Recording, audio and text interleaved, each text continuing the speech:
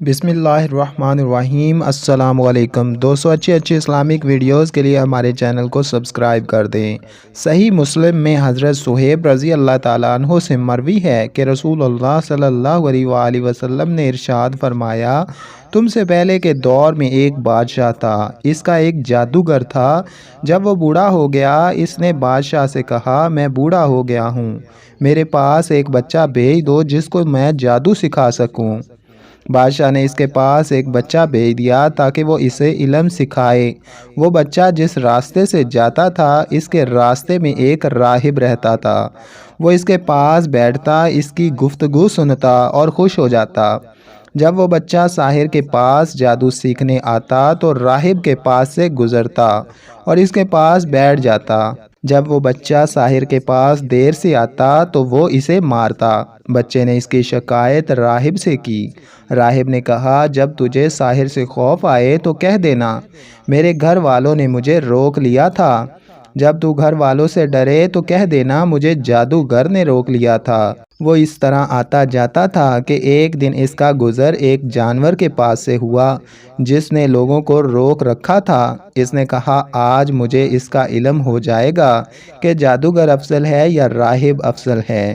اس نے ایک پتھر اٹھایا اور اس نے یوں دعا کی، اے اللہ، اگر راہب کا معاملہ تیری بارگاہ میں جادوگر کے معاملے سے زیادہ محبوب ہے تو اس جانور کو مار ڈال یہاں تک کہ لوگ گزر سکیں۔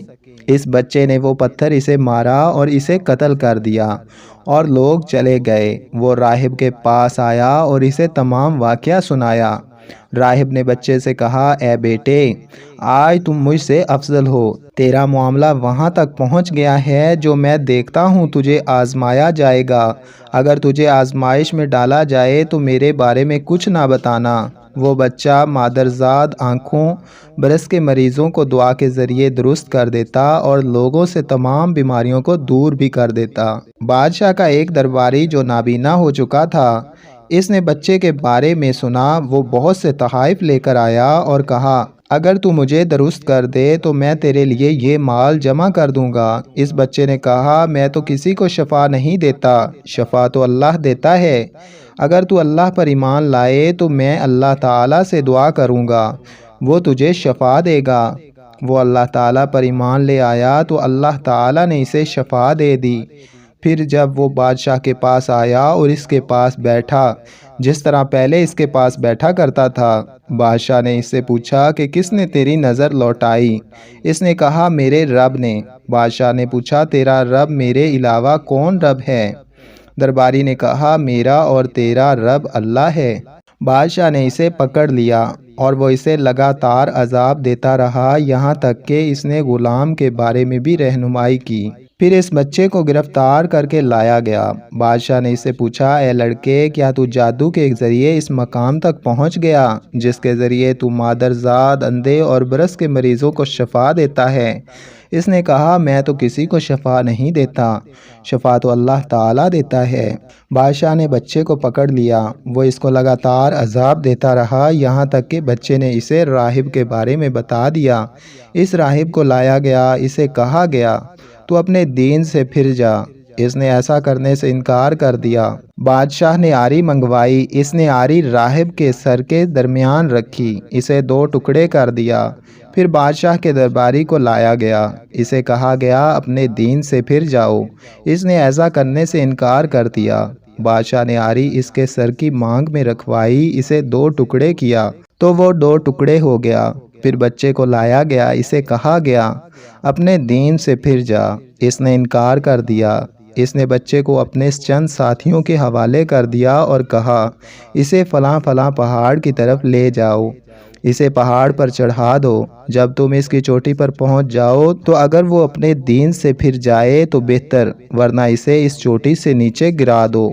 وہ اسے لے گئے اور پہاڑ کی چوٹی پر چڑھایا تو بچے نے یہ دعا مانگی کہ اے اللہ، میری جانب سے تو انہیں کافی ہو جا، جو بھی تو چاہے۔ پھر پہاڑ ان کے ساتھ لرزنے لگا اور وہ سب نیچے گر گئے اور بچہ پیدل بادشاہ کے ہاں پہنچ گیا۔ بادشاہ نے اس سے پوچھا، تیرے ساتھیوں کا کیا ہوا؟ بچے نے جواب دیا اللہ تعالیٰ انہیں میری طرف سے کافی ہو گیا۔ اس نے پھر اسے اپنے ساتھیوں کے حوالے کر دیا اور کہا اس کو لے جاؤ، اگر وہ اپنے دین سے پھر جائے تو ٹھیک ہے ورنہ اسے سمندر میں پھینک دو۔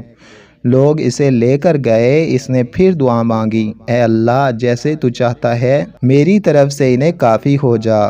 کشتی ٹوٹ گئی اور وہ سب غرق ہو گئے اور وہ بچہ پیدل بادشاہ کے پاس پہنچ گیا۔